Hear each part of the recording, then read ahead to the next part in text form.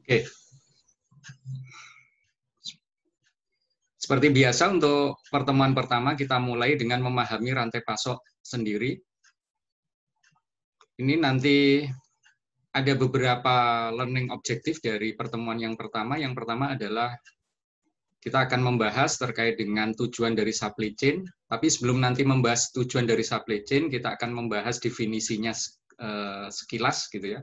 Kemudian kita lanjutkan mendiskusikan goal atau tujuan dari supply chain, terus kemudian menjelaskan impact dari tiap keputusan dalam rantai pasok terhadap kesuksesan suatu perusahaan, kemudian nanti mengidentifikasi 3 fase keputusan utama dalam rantai pasok, dan kemudian menjelaskan siklus, proses siklus, dan juga tinjauan push-pull dalam rantai pasok. Yang terakhir adalah klasifikasi proses makro dalam rantai pasok. Oke, sebelum kita bahas terkait dengan goal dari rantai pasok, kita perlu mengetahui dulu apa itu supply chain.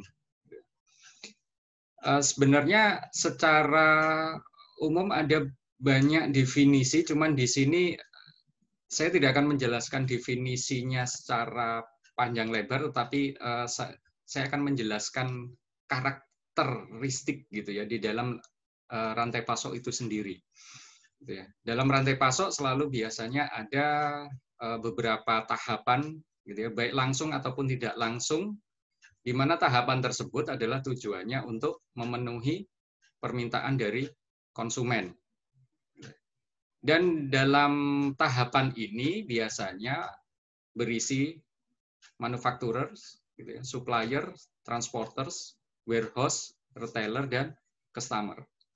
Kenapa di sini ada transporters? Biasanya untuk perkembangan paling tidak 1 dekade terakhir, biasanya manufakturer atau supplier sekarang tidak kemudian harus mempunyai aset kendaraan sendiri dalam mengirimkan produknya. Biasanya mereka bekerja sama dengan pihak ketiga, istilahnya third party logistik gitu ya, yaitu berupa transporter tersebut. Kemudian di dalam setiap perusahaan tersebut, gitu ya, nantinya akan juga meliputi semua fungsi yang terlibat dalam memenuhi permintaan konsumen, mulai dari product development. Product development ini bisa di stage atau di pihak supplier dan juga di pihak manufacturer. Kemudian ada fungsi marketing, ada fungsi operation, ada fungsi distribution, ada fungsi finance, dan juga fungsi customer service.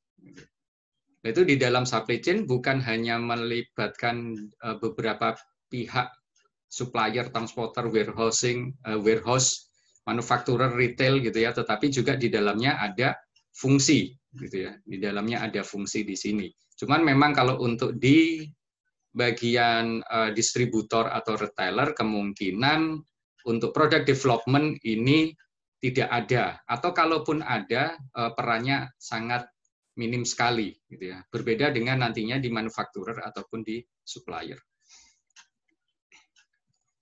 Kemudian customer juga merupakan bagian dari supply chain. Karena apa? Nantinya yang namanya supply chain revenue itu hanya di-generate dari customer. Sebenarnya seperti itu gitu ya. Kalau kita melihat rantai pasok itu secara dari sudut pandang atau tinjauan integrasi. Kemudian di rantai pasok juga nanti akan meliputi pergerakan produk gitu ya. Tapi bukan hanya pergerakan produk, nanti juga pergerakan informasi gitu ya. Dana atau uang dan juga produk itu sendiri dengan 2 arah. Berarti bukan satu arah, misalkan kalau rantai pasok itu mulai dari supplier gitu ya, kemudian ke manufaktur, kemudian ke distributor, kemudian ke supplier, kemudian ke distributor, ke retailer, kemudian ke konsumen gitu ya. Tidak hanya kemudian arahnya satu itu, tetapi juga ada arah balik. Arah balik ini nantinya bisa berupa apa? Informasi, gitu ya, berupa uang dan juga produk. Loh, produk ini produk apanya? Bisa jadi kalau kemasannya refill gitu ya. Misalkan seperti galon itu kan juga ada produk yang kembali lagi ke entah itu ke distributor atau bahkan langsung ke manufakturernya, kan seperti itu. Sehingga di sini tinjauannya bukan hanya satu arah tetapi dua arah. Dan melibatkan bukan hanya produk gitu ya, tetapi informasi, bukan hanya aliran produk tapi aliran informasi dan juga aliran dana.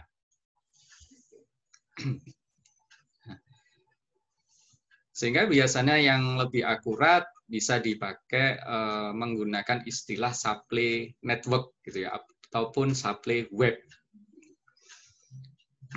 Nah, kemudian di supply chain stage gitu ya. Tahapan di sini bukan tahapan seperti kalau misalkan Anda melakukan penelitian di metodologi penelitian gitu yang isinya proses, tetapi di sini supply chain stage itu setiap stage-nya itu adalah tiap pihak atau tiap bagian gitu ya, ataupun tiap entitas di dalam rantai pasok tersebut. Makanya di sini supply chain stage itu adalah berupa konsumen sendiri, retailer, distributor, manufacturer, dan juga supplier. Kalau ini dalam secara lengkap. Tetapi apakah suatu rantai pasok itu harus selalu berisi kelima jenis stage ini? Tidak. Bisa jadi untuk beberapa kasus hanya melibatkan supplier, manufakturer dari sini tidak harus kemudian bekerja sama dengan distributor dan juga retailer, tetapi produk langsung dikirim oleh manufakturer sendiri ke konsumen. Tetapi mungkin melibatkan third party logistik gitu ya sebagai transporternya. Bisa jadi seperti itu. Tidak harus kemudian berisi lengkap ke 5 stage ini. Kemudian, ya ini contohnya yang berikutnya. Contohnya misalkan Dell. Dell itu memang ada beberapa produk yang jenis produk umum dan juga ada yang customized. Cuman untuk yang customized biasanya Dell ini untuk pasar di Amerika. Kalau untuk pasar yang customized dia tidak membutuhkan retailer dan distributor. Pengiriman langsung dari setelah Dell sebagai manufakturer selesai mengerjakan pesanan, kemudian dia langsung kirim ke konsumen. Inilah gambaran sekilas rantai pasok, gitu ya. Kalau kita melihat karakteristik dari rantai pasoknya. Ini juga contoh yang lain untuk menggambarkan rantai pasok, gitu ya. Contohnya di sini adalah konsumen yang belanja di Walmart Store, gitu ya. Untuk Walmart Store, dia dipasok dari third party distribution center, gitu ya, ataupun dari Walmart distribution center sendiri. Nah, kemudian dari distribution center ini dia mendapat pasokan dari P&G. Kalau contoh ini adalah pembelian misalkan deterjen, gitu ya, deterjen atau misalkan seperti sampo dan lain sebagainya. Ataupun sabun mandi gitu ya. Misalkan di sini ada P&G sebagai manufakturernya. P&G ini nanti mendapat pasokan dari supplier, yaitu supplier kemasan. Kalau misalkan kemasannya adalah berupa kertas kemasan dari papers, dan juga isinya dari pabrik kimia gitu ya, dan juga plastik producer untuk kemasan yang berbentuk plastik. Nah, seperti plastik producer, chemical manufacturer, kemudian paper manufacturer, ini adalah berupa supplier gitu ya, supplier dari komponen produknya. Kemudian nanti diolah lagi oleh P&G ataupun manufaktur yang lain, kemudian baru didistribusikan ke distribution center, kemudian ke Walmart Store untuk memenuhi permintaan konsumen.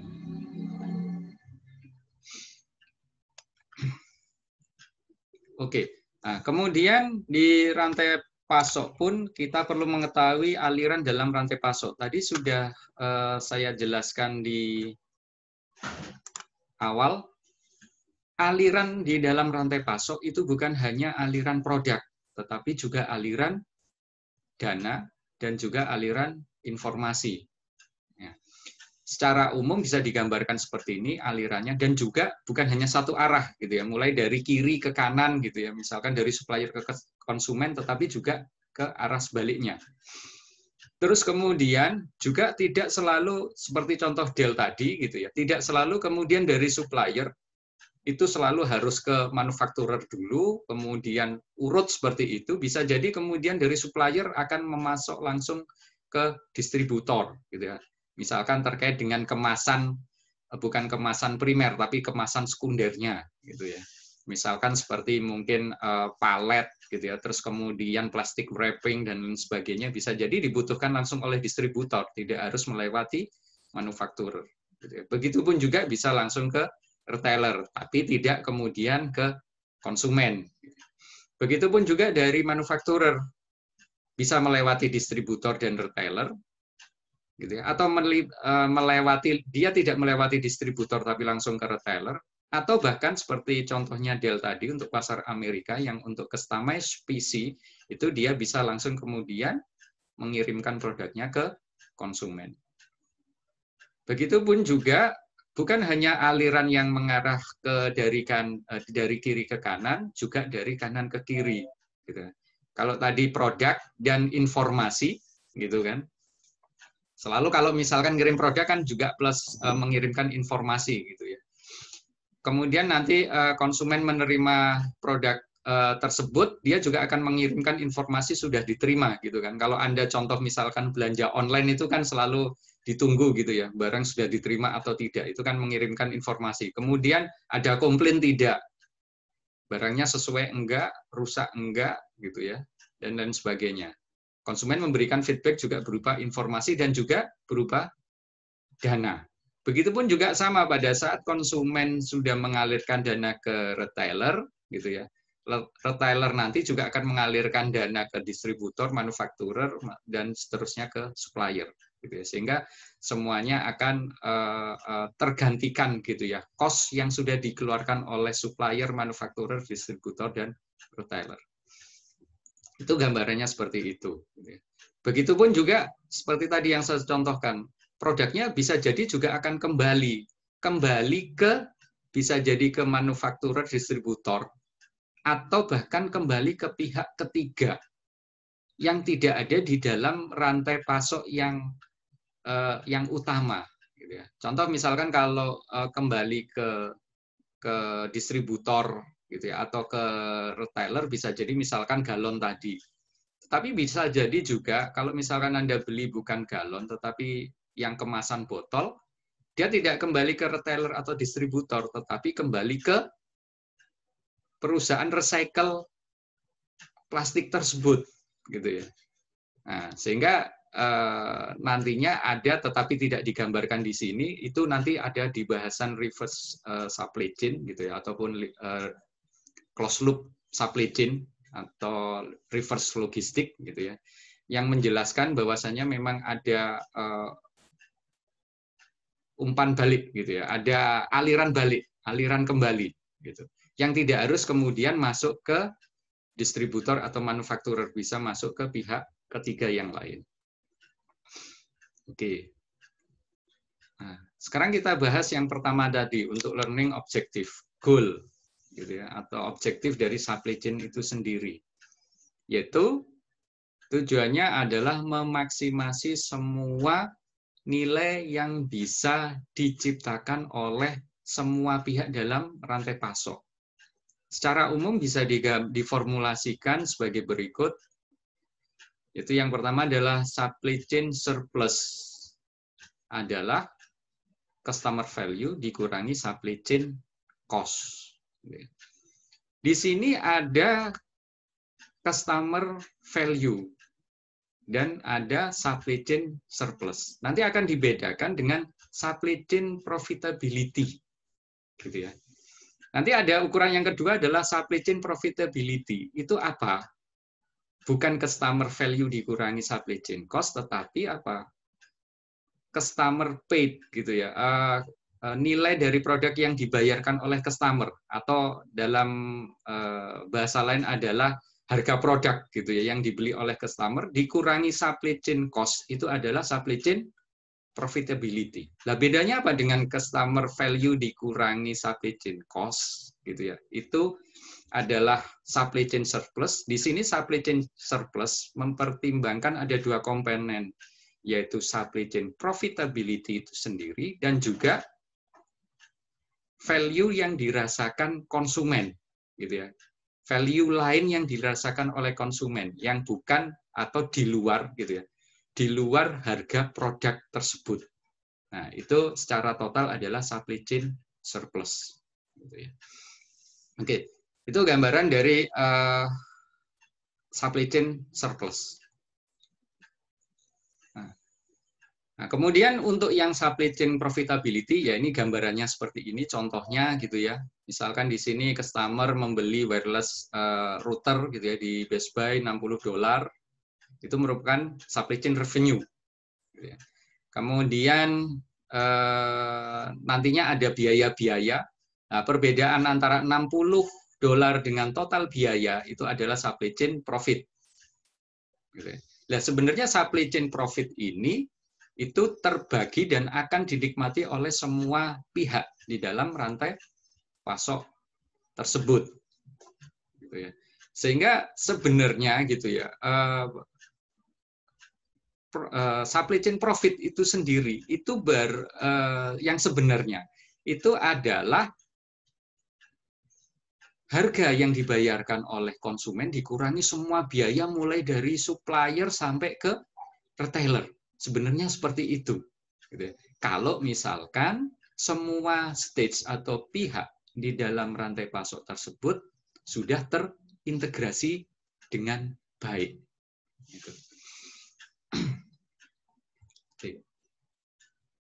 Nah, di dalam sudut pandang rantai pasok yang sudah terintegrasi, ya sebenarnya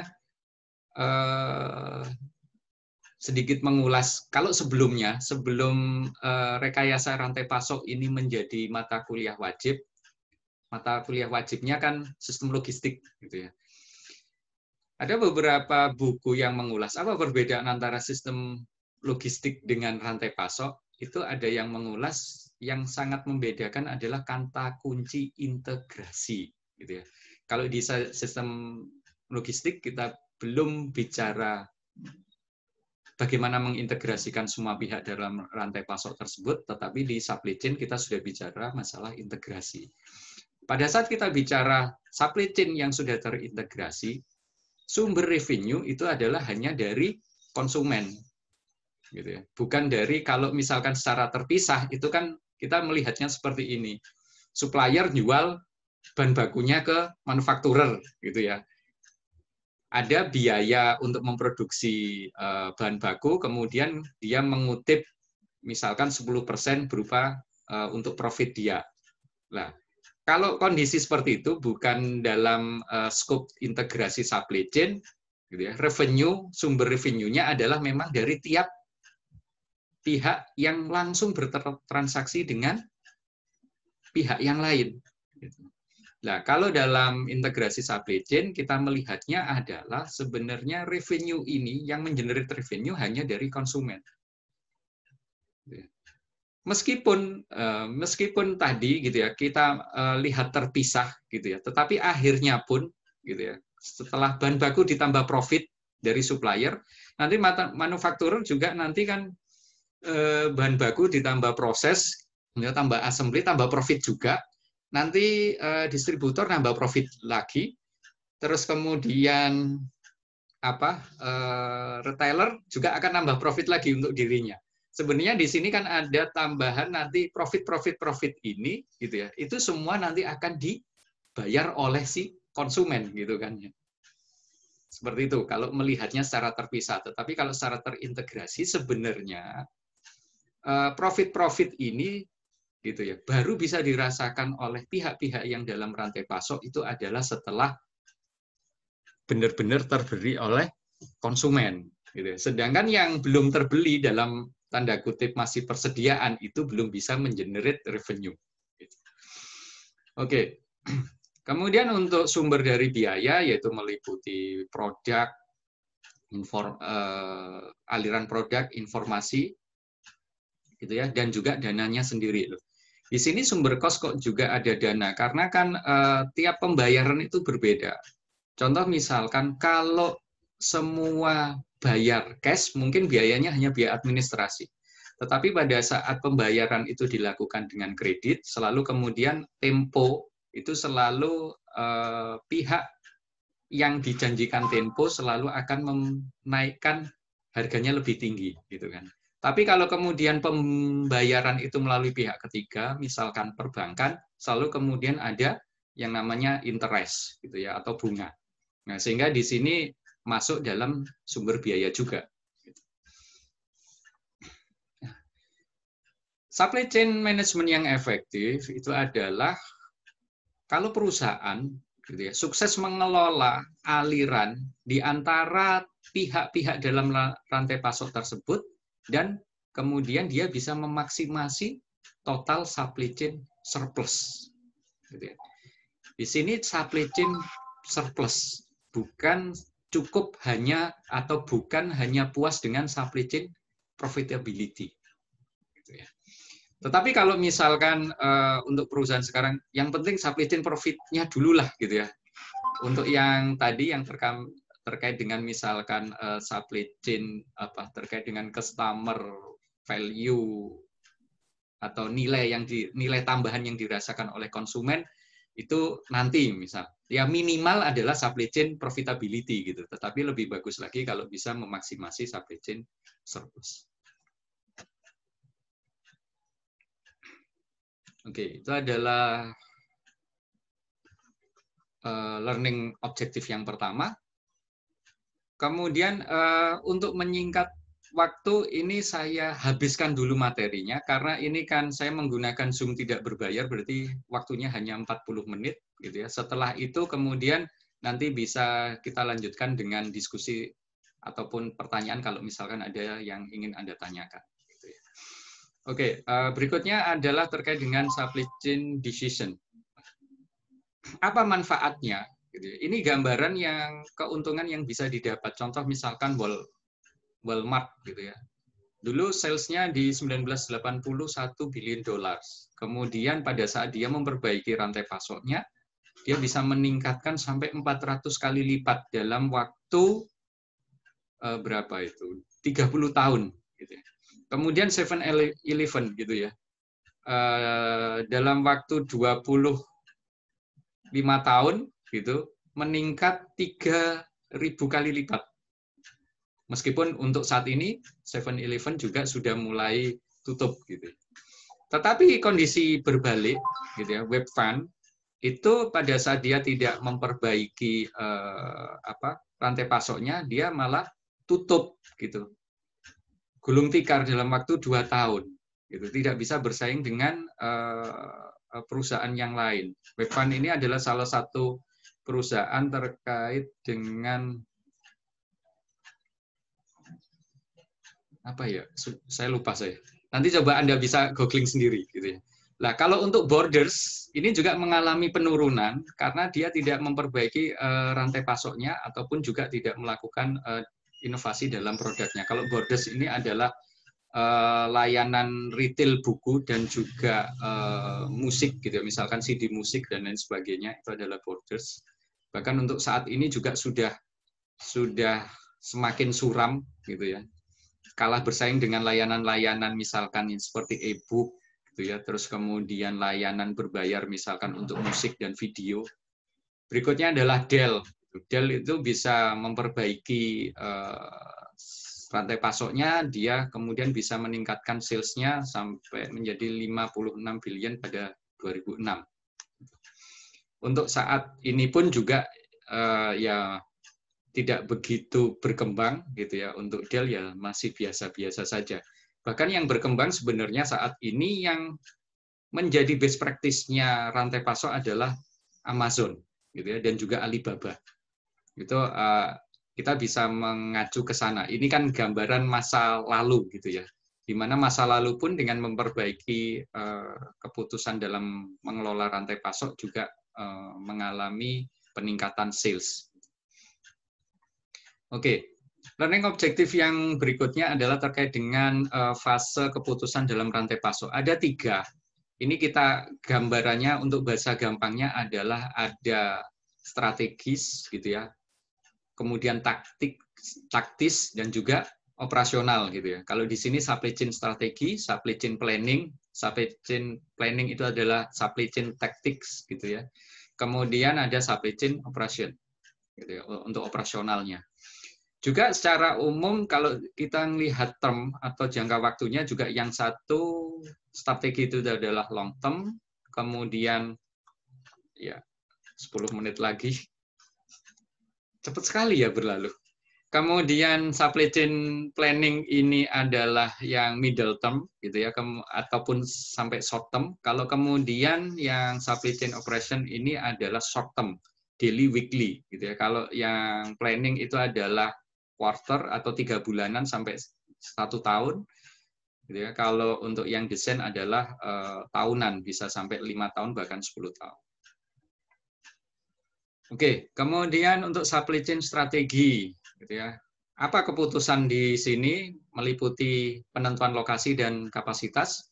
Anda yang mengambil mata kuliah pilihan perancangan jaringan rantai pasok itu akan membahas ini karena rancangan jaringan rantai pasok itu adalah masuk dalam ranah pembahasan atau kajian supply chain strategi atau supply chain design. Kemudian ya supply chain design harus mendukung strategic objektif gitu. Itu tentu saja harus gitu ya. Dan di sini juga harus mempertimbangkan apa market uncertainty gitu ya. Sehingga pada saat menentukan lokasi tidak kemudian terutama lokasi kapasitas. Kalau lokasi memang harus kita berpikir 5 sampai 10 tahun mendatang itu tidak pindah gitu ya. Kalaupun kemudian harus nyewa, biasanya sewa itu kan jangka panjang juga gitu, nggak ada pihak yang mau disewa propertinya hanya 1-2 bulan gitu ya. Selalu yang paling tidak 2-5 tahun bahkan lebih. Nah, tetapi yang harus dipertimbangkan yang lainnya adalah kapasitas. Kapasitas ini kan market itu selalu berubah gitu ya. Lah kapasitas ini tidak bisa kemudian kita patok misalkan kapasitas simpan hanya misal untuk 1000 meter kubik gitu ya. Nanti kan bisa jadi berkembang, bisa jadi berkurang gitu. Nah, ini perlu kemudian dipertimbangkan market uncertainty terkait dengan kapasitas dari fasilitas tersebut. Nah, kemudian di supply chain planning. Ya.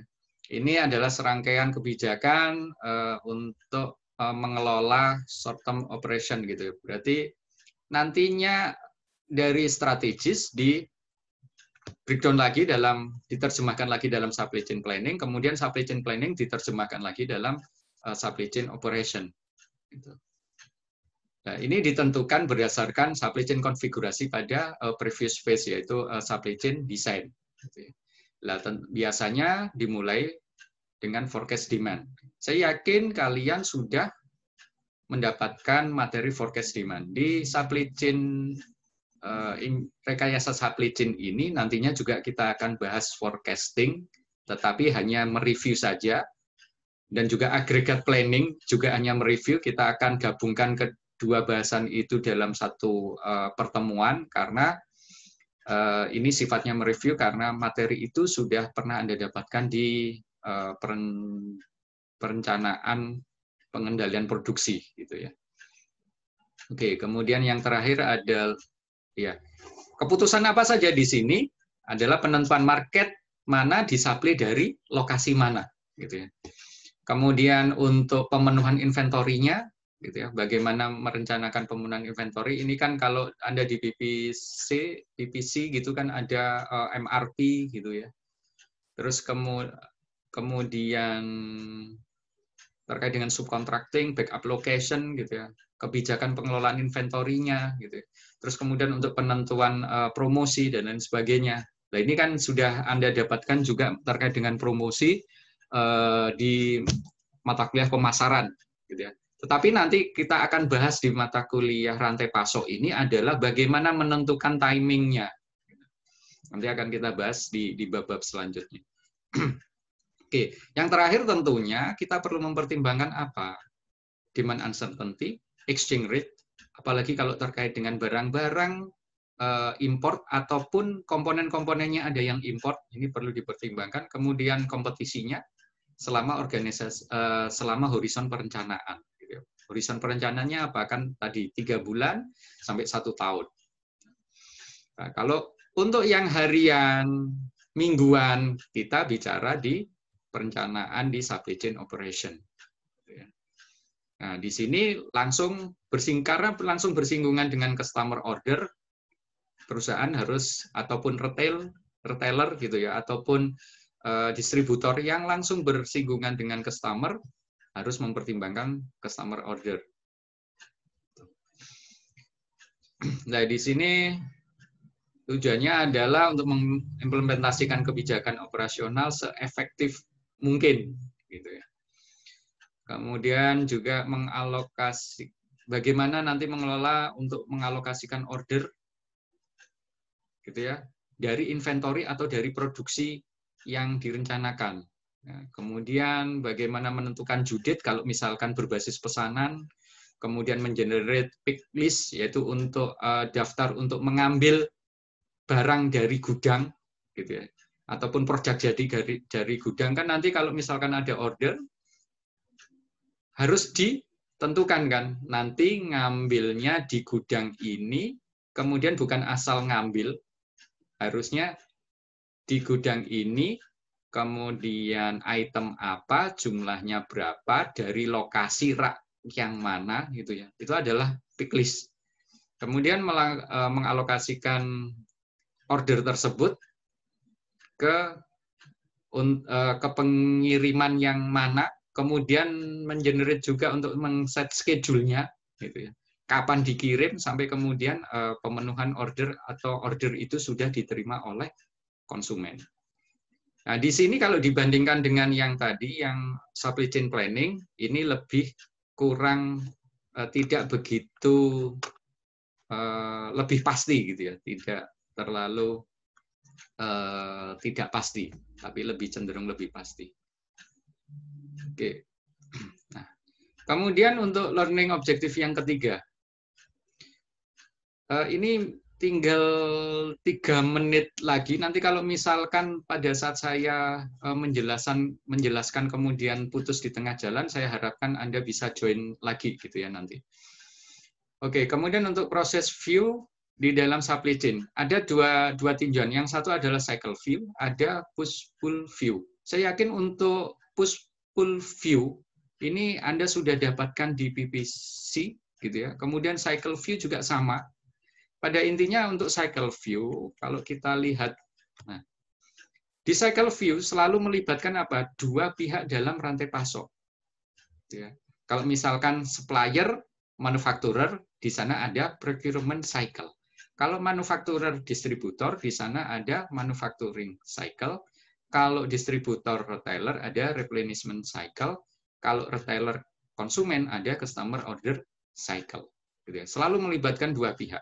Tapi apakah kemudian rantai pasok itu selalu berisi 4 ini? Seperti tadi, penjelasan yang sebelumnya. Apakah selalu dalam sebuah rantai pasok itu ada 5 pihak ini? Kan tidak. Pada saat tidak, tentunya juga tidak selalu harus ada 4 ini. Gitu ya. Bisa jadi seperti tadi, gitu ya, untuk Dell, gitu ya. Mungkin ada contohnya ya di sini. Saya gabungkan saja untuk Dell. Untuk Dell yang customized PC, gitu ya. Ini hanya ada procurement cycle dan juga hanya ada kemudian customer order and manufacturing cycle, gitu ya. Karena dari konsumen langsung ke manufacturer yaitu Dell, sehingga di sini digabung jadi satu yang namanya customer order dan manufacturing cycle, gitu ya. Sedangkan kemudian terkait dengan supplier ada procurement cycle, gitu ya. Sehingga di sini hanya ada 2 siklus saja. Kemudian contoh yang lain, misalkan di LL Bean itu adalah perlengkapan outdoor untuk rekreasi, gitu ya. Misalkan pakaian, tenda, terus dan lain sebagainya, gitu ya. Ini perusahaan di Amerika juga. Nah, ini dia ada 3 siklus, ada customer order cycle, kemudian replenishment dan manufacturing-nya jadi satu, gitu ya. Kemudian ada procurement cycle. Nah, ini contohnya. Oke, kita balik lagi. Kemudian di tiap cycle tersebut, kalau dibedah lagi, ada yang namanya supply chain process, gitu ya. Nah, ini contoh misalkan terkait dengan supplier dan manufacturer. Manufacturernya di sini adalah buyer, gitu ya. Ada tahapan di mana supplier market product, gitu ya, di mana suppliernya itu memasarkan produk. Kemudian ada tahapan order dari buyer. Kemudian, ya, saya lanjutkan. Dalam tiap siklus tadi ada beberapa stage lagi, gitu ya. Dimulai dari supplier, kalau kaitannya dengan supplier buyer, bayarnya di sini misalnya dalam manufacturer, gitu ya. Berarti supplier memasarkan produknya, kemudian buyer mengorder, kemudian supplier menerima order, kemudian supplier mengirim order tersebut, kemudian buyer menerima kiriman tersebut, dan kemudian setelah diterima, misalkan ada komplain, ada dikembalikan, gitu ya. Nah, ini adalah satu siklus penuh untuk di tiap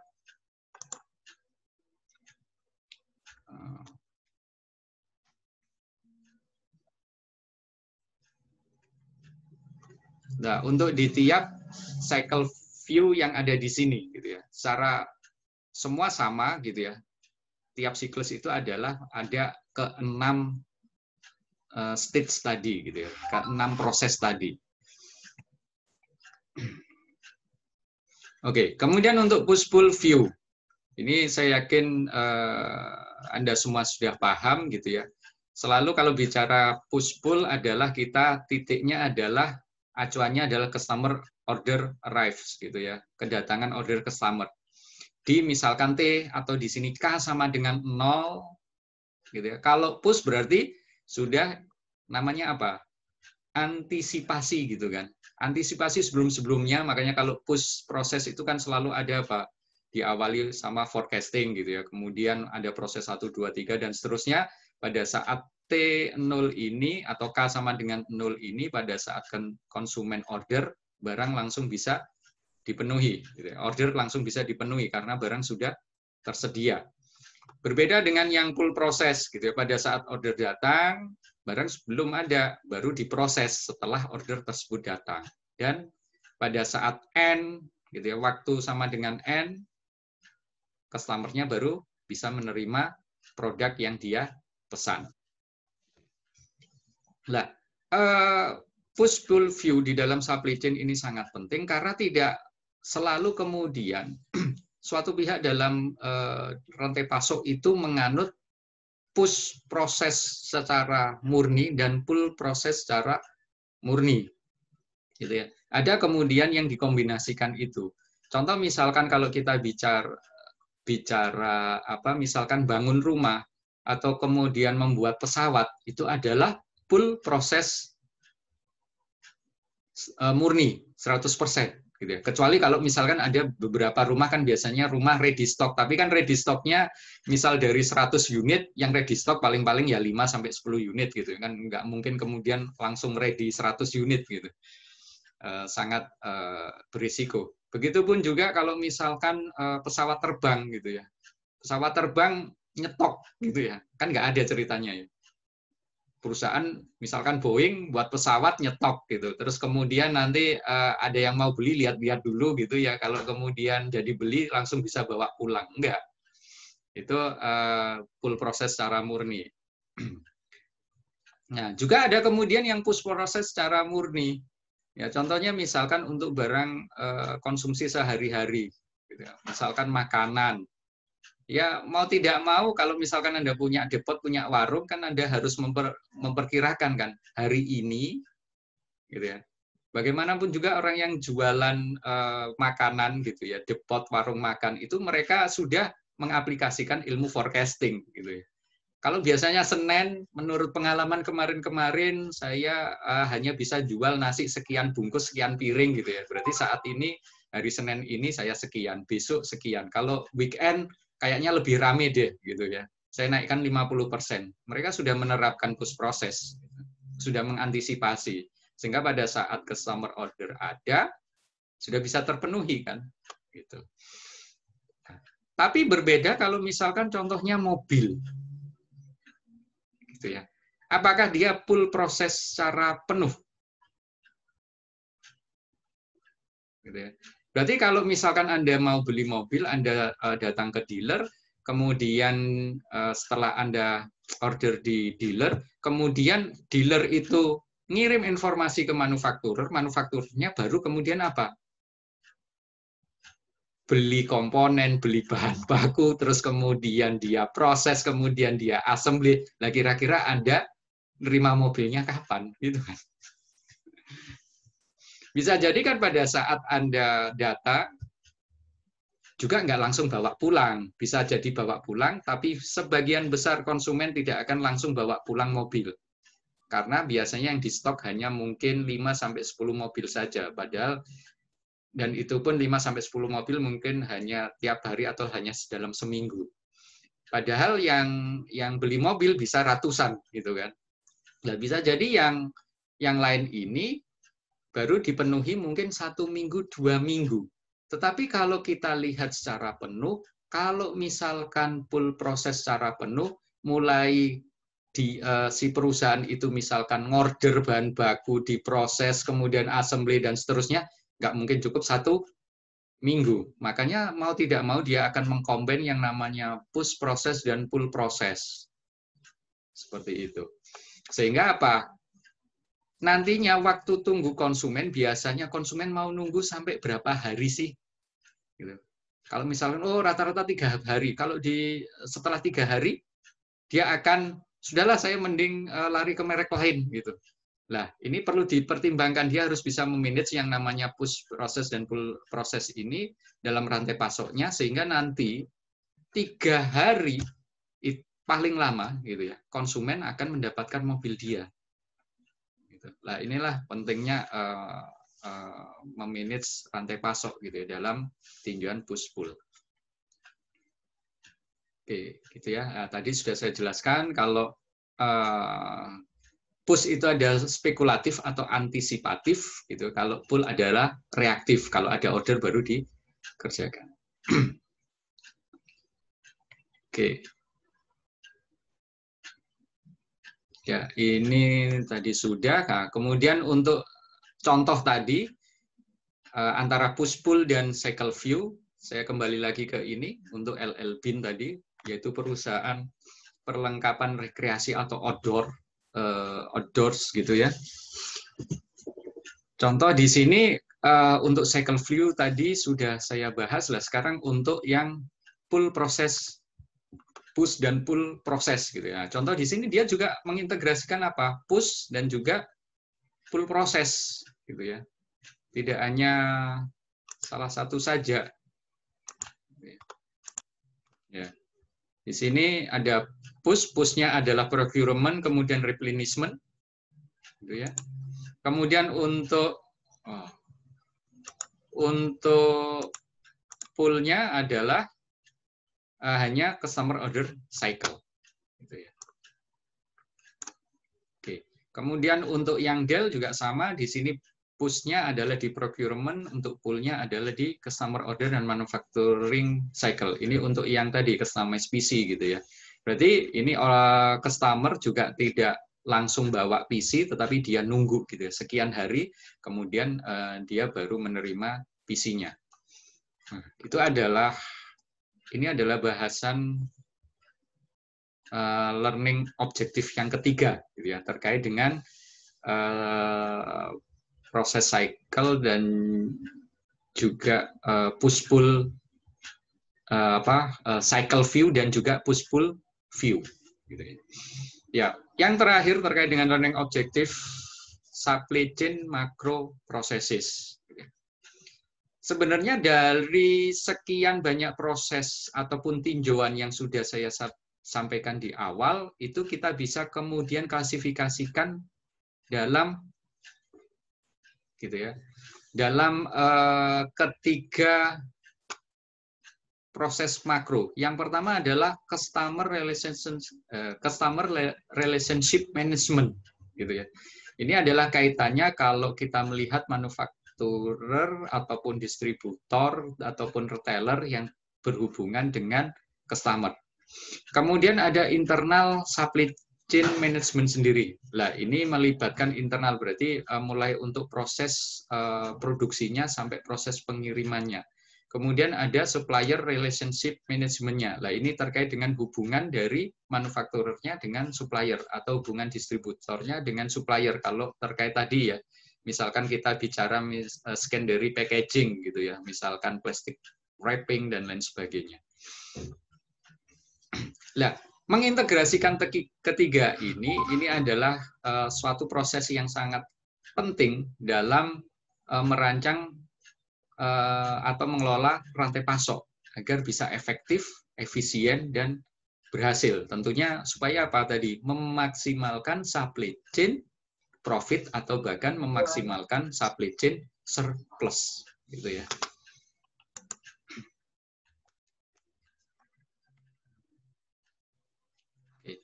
Nah, gambarannya adalah seperti ini. Untuk di supply chain supplier relationship management itu ada proses apa? Sourcing, negotiating, buying, design collaboration, gitu ya. Untuk mendesain suatu part, bahan baku atau komponen biasanya selalu melibatkan kolaborasi dari supplier dan perusahaan atau di sini manufakturer, gitu ya. Kemudian supply collaboration, di mana supplier harus bisa menjamin apa ketersediaan dari perusahaan gitu.